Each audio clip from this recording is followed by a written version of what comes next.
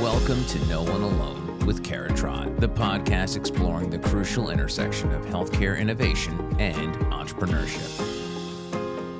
Hi, I'm here with my guest, Mike Chilen, and Mike and I have known each other for a really long time, almost 20 years, I think. So Mike is a longtime quantum health client with many different companies, not just one, but he's currently the Global Director of Benefits and Mobility at Mary Kay. Mary Kay currently has over 5,000 employees and millions of independent beauty consultants worldwide. I think we know them from the pink Cadillacs and everything, and offers more than 200 premium products in 35 countries. And most of the development and everything is in Dallas, Texas, which is where Mike is. And so, Mike, thanks for being here. And you have a pink Cadillac there. I do have a pink Cadillac behind me. Thank you for having me, Kara. It is always a pleasure to see you and to get to spend time with you. Oh, likewise. Can you just give us a little bit of background in terms of kind of what your mindset was on, whether or not you had any ability to impact people's experiences and the cost of their care before you and I met? And then I'm going to ask you how you and I kind of met in our first few conversations. Yes. Before I met you, Kara, I had been working for large Fortune 50 type companies for a long time, for over 20 years. And, when you are working for a large company like that, you typically get the best of the best when it comes to consultants, either in the healthcare space or someplace else, because the plans are more complex and you have more money. So you typically get the best of the best. And then when I met you some 20 years ago, you introduced what I describe as a new mousetrap. I had never heard one of our consultants focus on what you were focusing on, which was the 90% of the healthcare costs that is driven by the employee and their dependents. It was sort of a given up to that point that part of the spend was something we couldn't do anything about. We were huge, large multinational companies, and the assumption was that whatever the national healthcare trend rate was, because we were so large, our company healthcare trend rate was going to be about the same. And so we focused on the 8% or 10% of fixed costs. And those fixed costs are the dollars that you're spending on consultants and the administrators of your plan, et cetera. And you were the first person I had spoken to in this space who was focused on the 90% of the spend, what the employee and their dependents spent for healthcare. And you were convinced that you could help employees maneuver through the complicated U.S. healthcare system and get better health outcomes for themselves while also saving the company money. And you were so convincing in that conversation, and you were so determined and so smart. I just knew I needed to hitch my wagon up to this horse, because I knew you were gonna make it successful. And then at the end of the conversation, I will never forget this conversation. I've repeated it many times. You made the comment that, Mike, I just want to make this world a better place. I really am doing this for that reason, and I want to leave this world a better place than I found it. And that has stuck with me for the last 20 years. Yeah. Well, and that's still my driving motive. It's the motive behind the company. I mean, obviously we have to run a business here, but boy, yeah, my just my experience had been that, and I think I came, the good news is I came to it as an outsider, and I looked at how people were journeying through healthcare and how horrible an experience it was. And I just thought there has to be some way to fix this. And in my prior life, I had fixed it for other kinds of businesses, but was very clear to me that in healthcare, nobody really thought about you could actually be working with the end user and help them guide them through this experience and get something better from it. So I think that the insight as an outsider meant I wasn't saddled with all the ideas that you can't, you can't, you can't.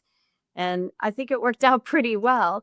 So I'm curious, so you had some interesting experiences during your first few years in your first company working with us in terms of what you actually saw in the results and what you saw in terms of how the employees responded to it. Because that was a big question.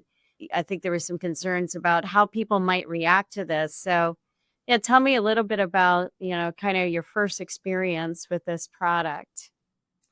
You know, we were a bit concerned, about whether this could work when we considered signing on with Quantum Health. But you made it easy for us to sign on. I don't think this is still necessarily an option today, but back in those days, it was your comment was, if I don't save you money, then you don't owe me any money. So you had a model back in those days where that the costs, what we paid you for the service was a percentage of the savings.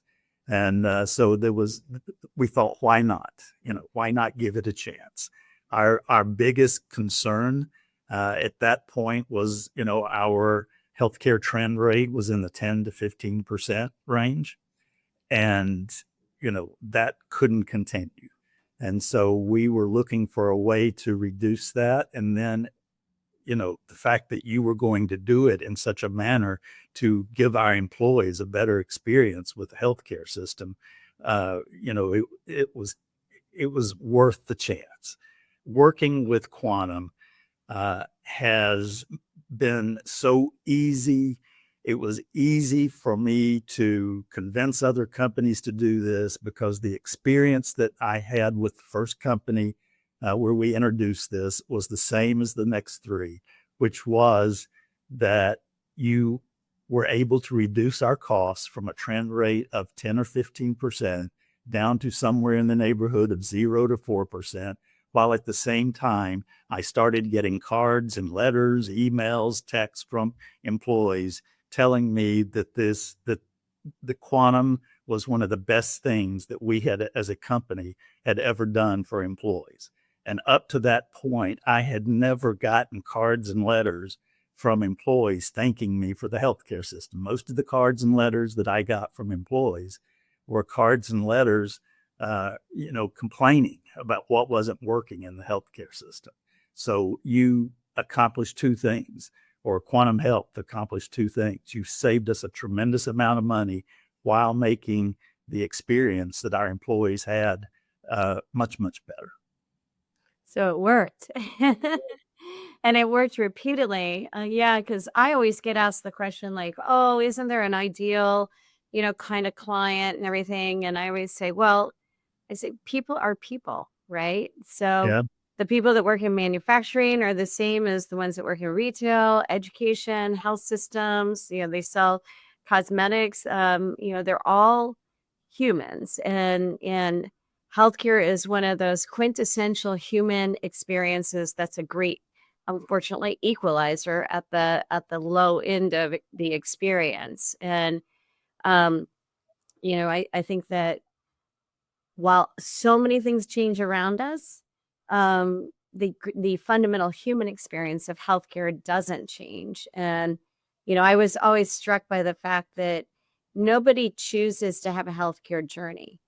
They're thrust into it. And when they're thrust into it, then you have this automatic kind of, I would say it's almost a primal response. Your executive functions shut down. You're in a state of stress. A lot of people describe it like Dorothy being dropped in Oz, and the familiar is unfamiliar, and you're told to kind of go down this path. And at the end of this path will be your new normal, whatever that is. And I think it's really, really people in the industry, I think, really underestimate the ability of the human being on a journey. By the way, you're on it because something's wrong with you. And the ability of them to absorb additional stress, to understand what's happening, to even understand the dialogue. you get these, your body part, your a claim, they don't interact with even your benefits. So they don't even know things like what's a deductible, those kinds of questions. And you just get this mass confusion.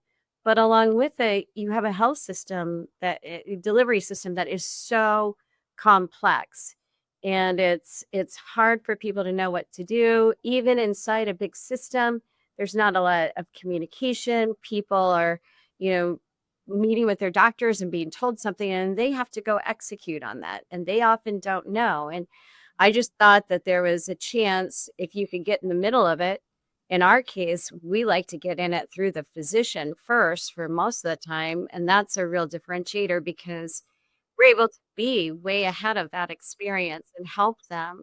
So I'm curious from your standpoint. So you've been at this for a really long time. I've been at this for a long time. Always the question I get, and I'm curious as to how you answer as well, isn't all this stuff going to make this business irrelevant? What would you say to that?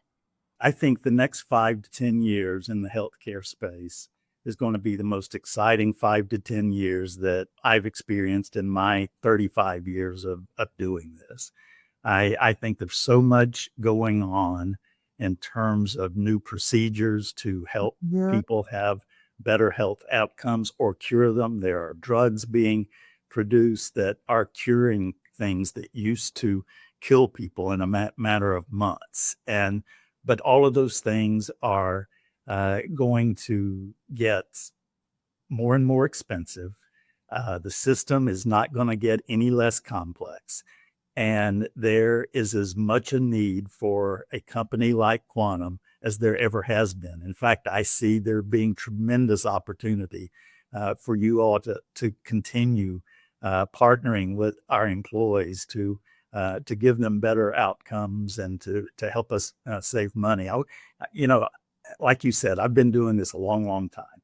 And over the course of over 30 years of doing this, I have heard so many terrible stories from employees when they get a diagnosis from their doctor. It's the worst day of their life, and that experience of having to deal with a terrible diagnosis is awful.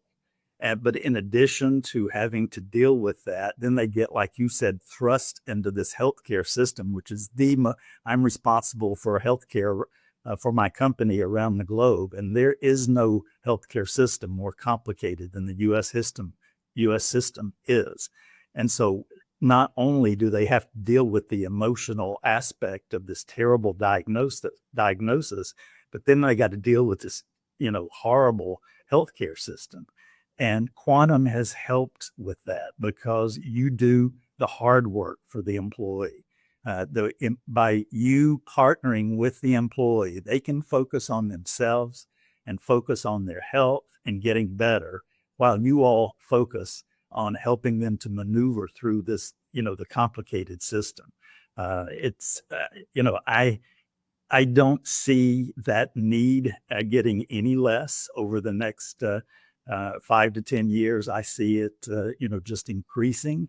And I'm so excited, to see some of the partnerships you're developing in the technology space. Because, when I was first introduced to your company 20 years ago, in terms of the data that you shared with me about the company I was working for at the time, you had better data analytics than any consultant that I had ever worked with in the 20 years prior to that.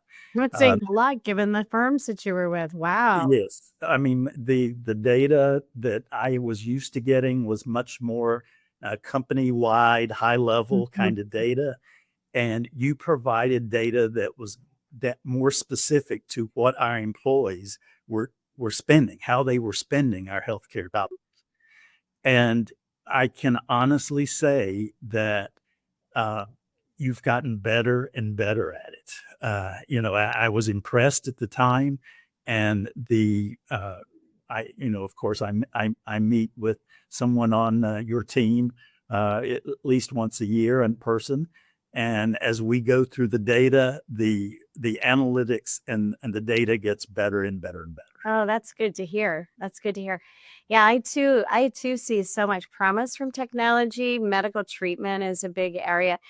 But I do think that, like, particularly when you look at things like cancer care, it's gone from, a very limited set of, like, if you just take breast cancer to now it's like 200 different kinds of breast cancer and different treatments depending on your molecular structure and your genetic structure and all of those kinds of things. And I just think it makes it so much more complex and harder for people to know what the right treatment is. And that was part of our acquisition of Umbold, is that that technology that they have and the data that they have is in addition to what we have, which will allow us to see that. But um, I still think it still comes down to you. I think you alluded to, humans are humans. We've been this way for 60,000 years. We're not going to change in 2 years because new technology comes out. And we have a very common response, irrespective of our education level and everything. It's just superhuman.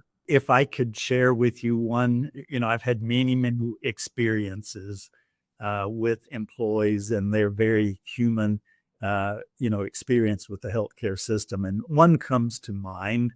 Uh, you know, there was a lady, an employee whose husband had a terminal illness. And, of course, she was working with Quantum to help her manage the healthcare system as she helped her husband to be as comfortable as possible.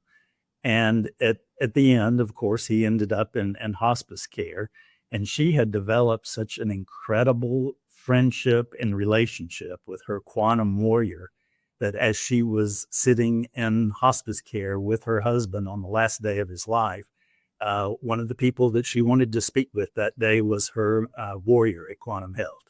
And she told me as she came back to work that she was so happy that we had decided to partner with Quantum Health and that they were there with her through the entire experience right till the end. So, that's just one example. I can give you a whole lot more, but I thought that one, showed how important empathy is and how important that empathetic relationship between the warrior and the employee is. Empathy.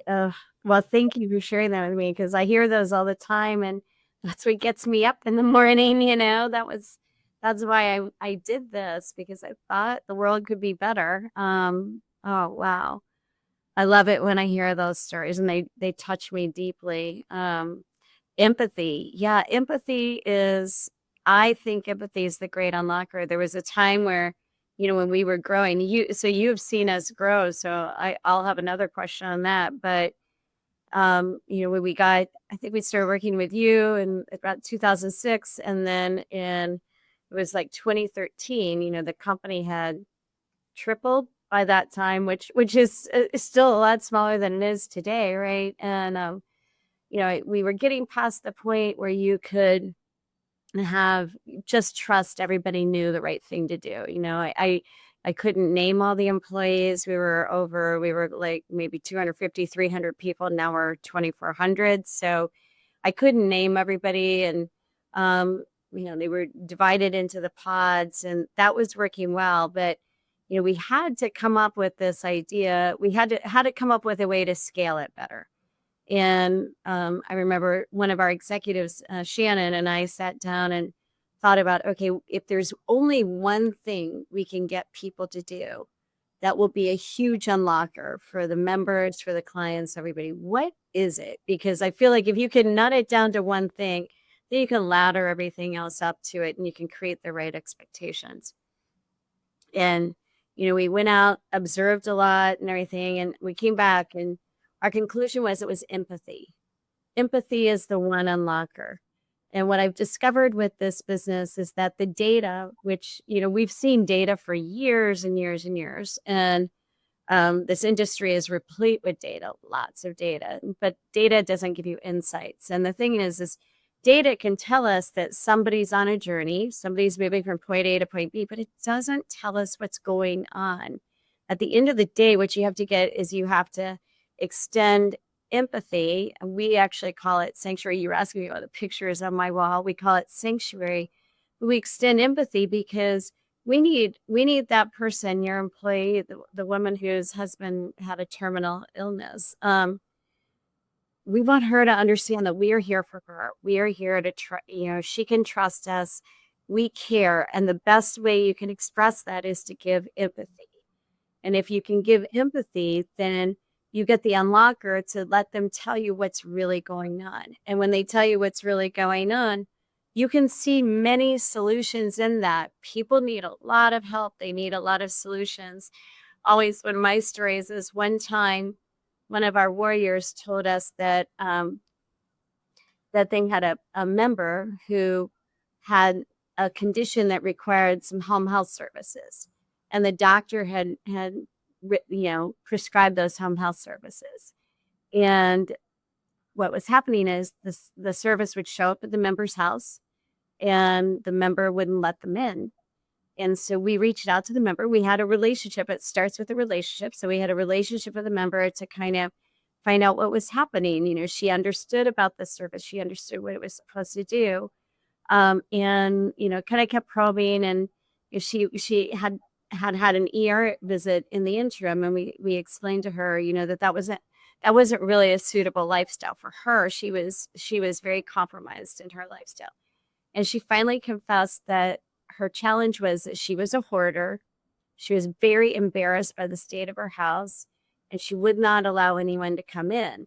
And from that moment, then we would talk to her about, was she willing to, maybe address this issue? She was. So we got social services in there to work with her, kind of come up with a plan, get everything kind of set so that she felt more comfortable with her living environment, and then brought the medical service back in.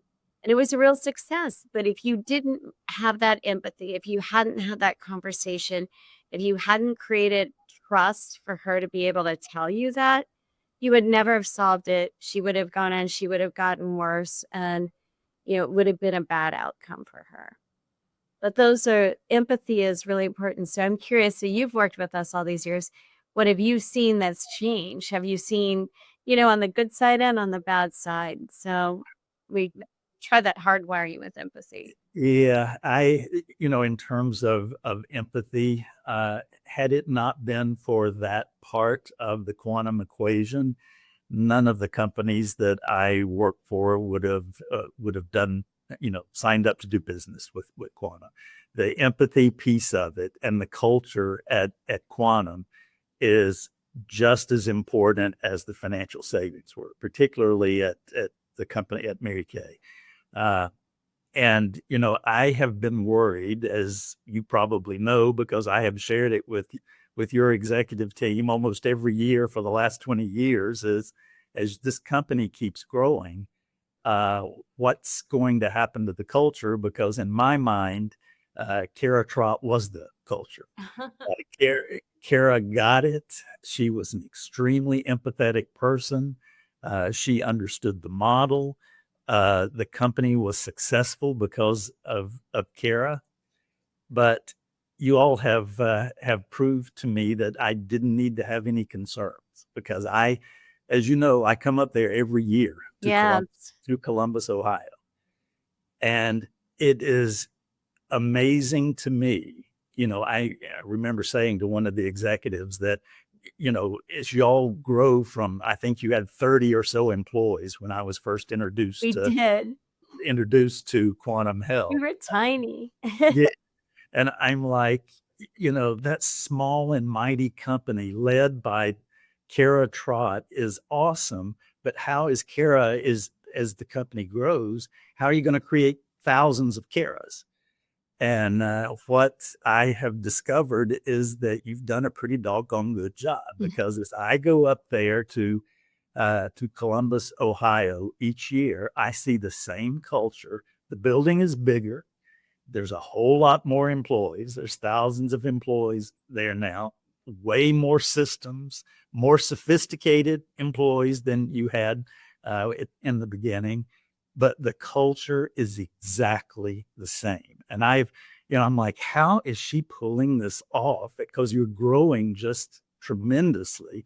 But in my mind, I thought probably the way she's pulling this off is through her pod system, where she's got all of these mini quantum healths. So you've got these people working in each one of these pods, and each one of them run their pod like it's a mini quantum health. And so that helps her to maintain that culture and the culture of empathy that is still there today.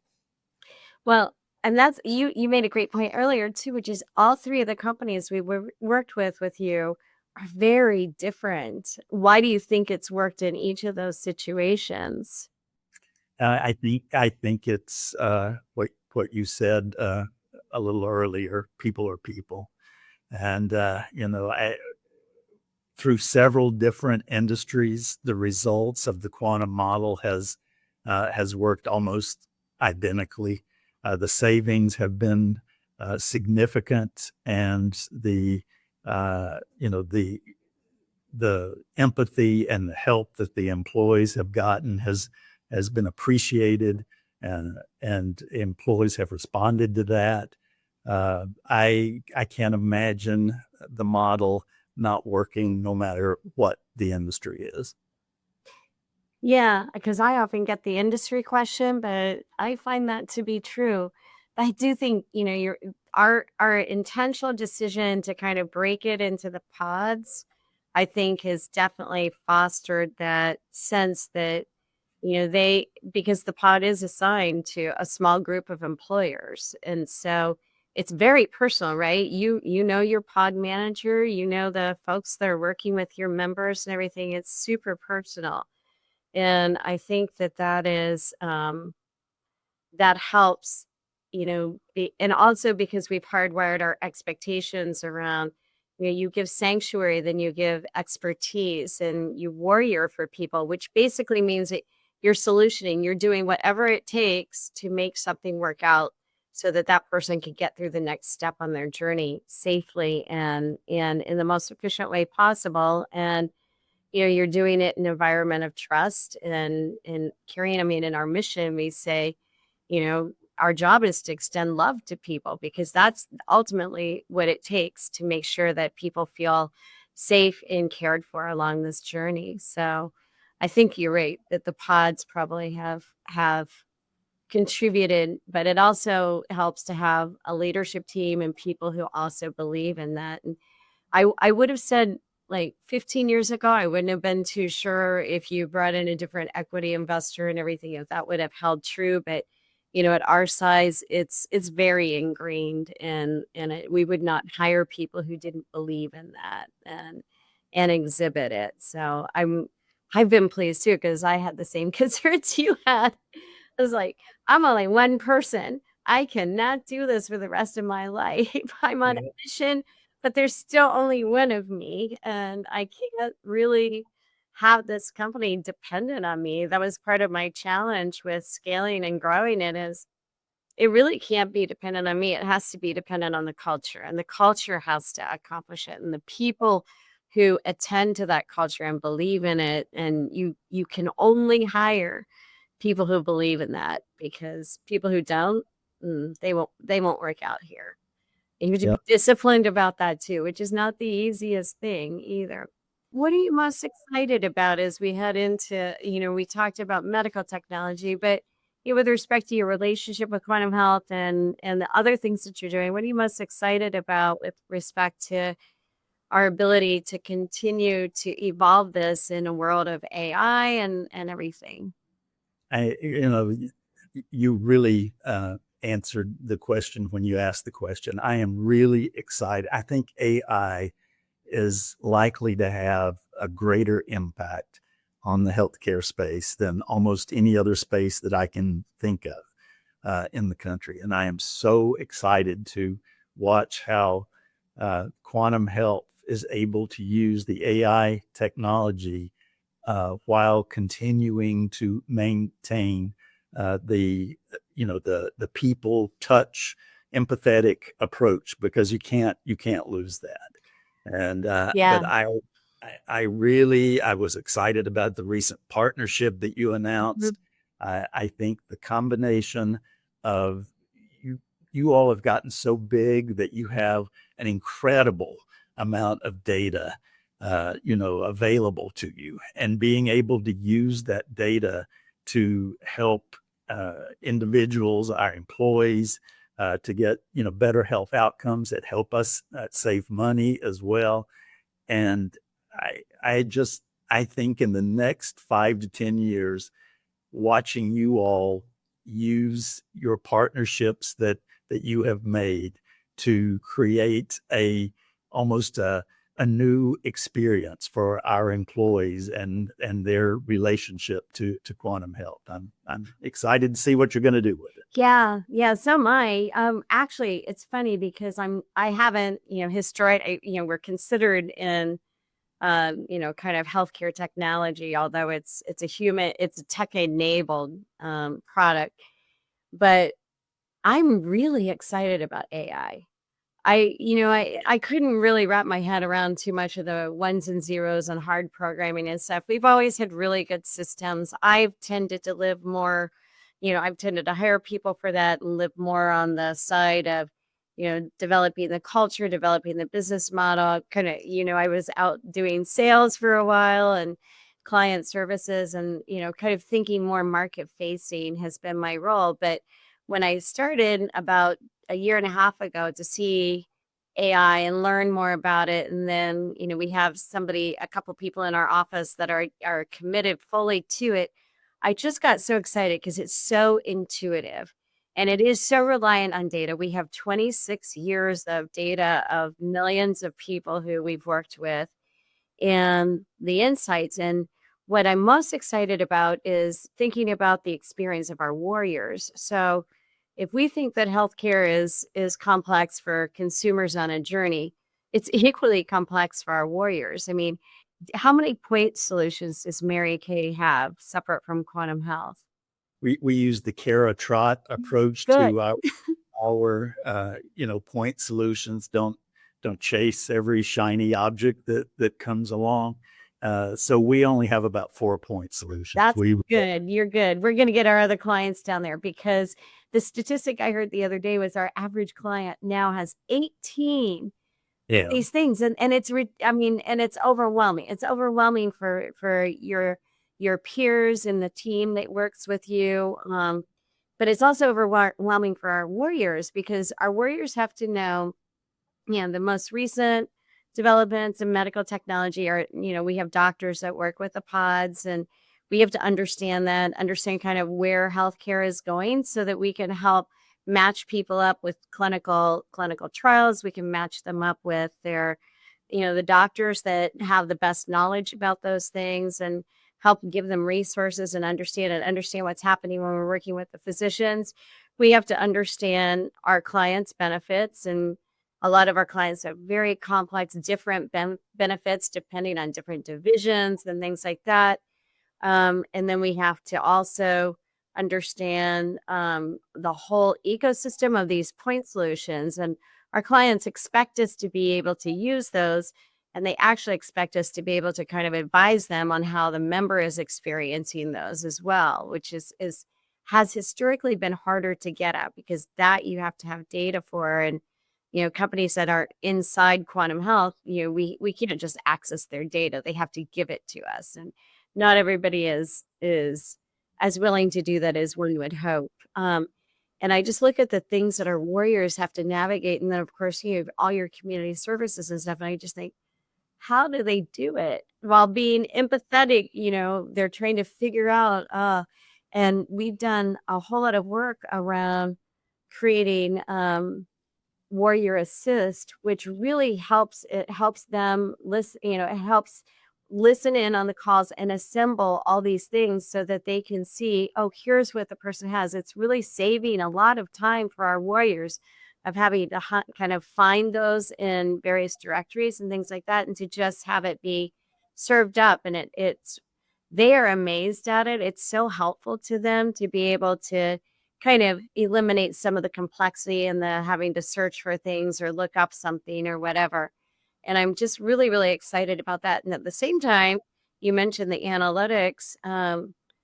I think it's going to be super powerful for us to understand even more the how a consumer journey unfolds, where are those opportunities for impact, and how to, be able to do more prediction of the consumer experience. I mean, we've always been able to look at the data, but the actual underlying experience, because AI lets you get at all this unstructured data that you previously had trouble getting to. So I'm excited about it. And I've actually I'm not like the first person to adopt all these new technologies, but it's the first one that seems much more intuitive and exciting to me because it works alongside a human-centered business. And a lot of people think it's going to put human services out of business. I don't think so. I think it's going to let people who are doing the human contact actually be more skilled and more knowledgeable and be able to focus. That's what we've seen in our business. They can focus a lot more of their time and energy on just listening as opposed to trying to document at the same time. I mean, it's taken the effort of documenting while you're talking out. And I don't know how people did that. I'm not very good at typing while I'm talking to somebody. So I mean, our people are really good at that, but now it allows them to focus even more. So I Yeah. too am excited. I'll be interested to see how it rolls out. I don't see a world where, I mean, people will choose to interact solely through digital or technology channels. I think people will choose to interact with people on the complex things. And you see a lot of things where it's going to replace everybody. I don't know. I don't know. We'll have to see. We'll have to see. There's still something human to human there. Yeah, I can't believe I'm excited about something technology oriented. Technology has never been my strong suit, but I'm really excited about it. So That's great. That's great. Well, I'm trying to think, is there anything else that you want to share about your experience or things that you're looking forward to or things that you're concerned about too? Kara, I just would like to thank you for the tremendous difference that you have made to the healthcare space, and being with you for the last 20 years has just been the journey of a lifetime. Oh my, thank you. And I appreciate all the help that early on. I mean, you and I 20 years ago were kind of learning this business together. You were. I wasn't as nearly as smart in the healthcare space as you were. I was learning from you, and you were learning how to make your business better. And what going from that to where you are today with thousands of employees has just been just a tremendous pleasure, and I'm excited to see what you're going to do next. Well, thank you, Mike, because I have to tell you, you were one of my early believers and one of the most impactful. And I can't thank you enough for taking a chance on us when we were tiny, but also just going on this journey with me for the last, it has been 20 years. Yeah, going on this journey with me for all this time and just our personal relationship. It has meant a lot. It is mental. You have impacted this business. You've impacted all these lives. And that means the world to me. So thank you so much. And, that's near and dear to my heart. Very, very near. Yeah, it's been a pleasure, Kara. Likewise. Likewise. Likewise. Yeah. There are people you encounter along your way that you'd never be there without them. And you just love them for that. So thank you, Mike. Well, and thank you for being on this podcast for me. I'm not a professional podcaster, so uh, I'm doing my best. I'm trying to make it conversational, and hopefully this was a good experience. But thank you so much for being with us. Yes, thank you. I'm not a podcaster either. Seeing myself on camera is not my favorite thing to do. I hate it. I'm like, surely I don't really look like that. But You don't. You look much better in person, as do I. I always have to say that. yeah, it's been great. Thank you. You've been listening to No One Alone. To connect with Kara, go to karatrott.com. No One Alone with Kara Trott is a production of Forbes Books.